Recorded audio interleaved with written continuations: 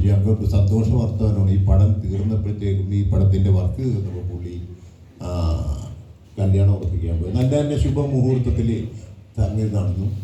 ഉറപ്പിച്ചിട്ടേ ഉള്ളൂ, കല്യാണം നടക്കട്ടെ. അതെ, അപ്പോൾ അത് ഡെഫിനറ്റായിട്ടും അത് മാത്രമല്ല സപ്ത, അത് രാത്രി എന്നുള്ള പ്രശ്നമില്ല അവിടെ. ഞങ്ങൾക്കൊരു ഓപ്പൺ ഗേറ്റ് ആയിരുന്നു. അപ്പോൾ അത് ബോണിയുടെ അസോസിയേറ്റ്സൊക്കെ രാത്രിയാണെങ്കിലും ഇന്നലെ ഞാൻ ചോദിച്ചപ്പോൾ സപ്തയിൽ പോയ പിന്നെയല്ല ബോണി. എനിക്കറിയില്ല എന്തിനൊക്കെയാണ് ഓർഡറായിട്ടുള്ളത്. ഓക്കെ,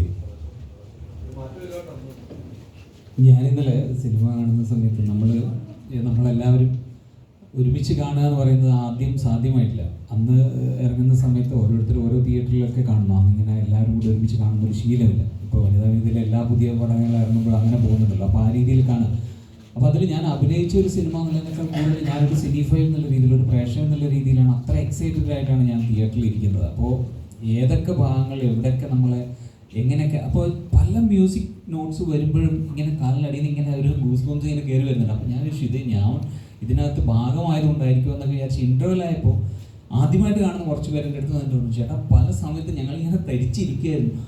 അത് ഭയങ്കര എക്സൈറ്റിംഗ് ആയിട്ട് തോന്നി. കാരണം ഇപ്പോൾ വിദ്യാജി പറയുമ്പോഴും സുസാർ പറയുമ്പോഴൊക്കെ ആലോചിച്ച് നോക്കേണ്ടത് എന്തൊരു മഹാനുഭാവലോ എന്നുള്ള സോങ് 300 വർഷം മുമ്പാണ് ആദ്യത്തെ കോമ്പോസിഷൻ ത്യാഗരാജ സ്വാമികൾ ഉണ്ടാക്കിയിരിക്കുന്നത്. അത് ഇത്രയും നൂറ്റാണ്ടുകൾ കടന്ന് ഇവിടം വരെ എത്തുമ്പോഴും രണ്ടാമത് ആ പാട്ട് വീണ്ടും സ്ക്രീനിൽ വരുമ്പോഴും പ്രേക്ഷകരത് കാത്തിരിക്കാൻ എഴുന്നേക്കാതെ. സിനിമയുടെ കഥയല്ല വിഷയം. ദേവദൂതനെ സംബന്ധിച്ചിടത്തോളം സിനിമയുടെ കഥ നമ്മൾ നേരത്തെ അറിയുന്നതാണ്, നമ്മൾ കണ്ടതാണ്. നമുക്കൊരു എക്സ്പീരിയൻസിന് വേണ്ടിയിട്ടാണ് നമ്മൾ തിയേറ്ററിൽ ചെല്ലുന്നത്. ആ എക്സ്പീരിയൻസ് ആളുകളെ ഇത്രത്തോളം അതിലേക്ക് കൊണ്ടുവരുന്നുണ്ട് മ്യൂസിക്കലി. കാരണം ഞാൻ വിദ്യാജി ഇന്ന് കണ്ടപ്പോഴും ഞാനതാ പറഞ്ഞത്, ആ സിനിമയിൽ പറയുന്ന മ്യൂസിക്, അയാൾ സംഗീതത്തിൻ്റെ രാജാവാണ് എന്ന് പറയുമ്പോൾ 2 രാജാക്കന്മാർ